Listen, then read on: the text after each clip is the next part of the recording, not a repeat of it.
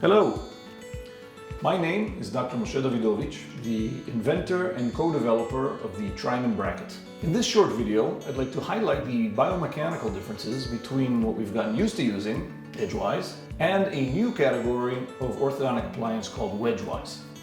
The simplest way to do this is to show the differences of how an arch wire behaves in the slot of each one of these bracket systems. Let's do this by examining a typical clinical scenario, that of lower incisor crowding. I want to focus on the most crowded, lingually positioned incisor. In Edgewise, regardless of whether the wire is ligated conventionally or with a self-ligating mechanism, the arch wire does not fill the slot, and it is situated in its more gingival aspect.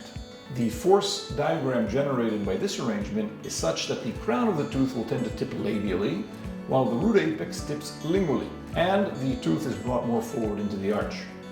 Now let's compare this to what happens when an arch wire is placed into the Triamond bracket under the same conditions. The forces are expressed as in this configuration because of the unique two-wall triangular slot, causing several moments to occur that will move the tooth forward into the arch, but also cause a degree of labial rotation of the root due to the third-class lever generated because of the unique properties of the Triamond bracket self-ligating clip. This unique combination of vector technology makes for a much more efficient method of tooth movement, which can be accomplished in less time and with less force.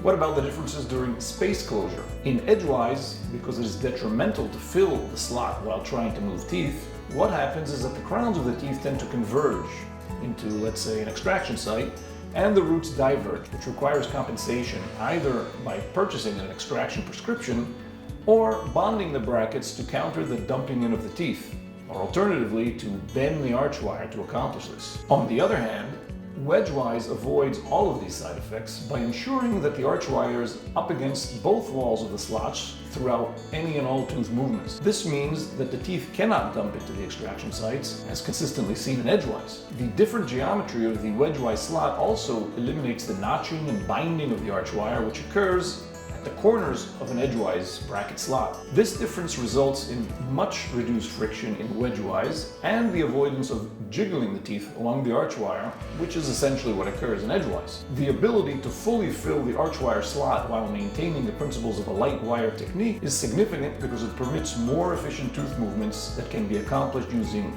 either lower forces and done so in less time. We've been using the Edgewise appliance in all of its variations for the last century. It's about time that we take orthodontics forward into its next evolutionary stage, which is the new category of appliance known as Wedgewise. I'm sure you'll find that the Triamond bracket will greatly simplify your clinical procedures and make for a smoother running day in your clinic and a better overall experience for your patients. Welcome to the Triamond revolution.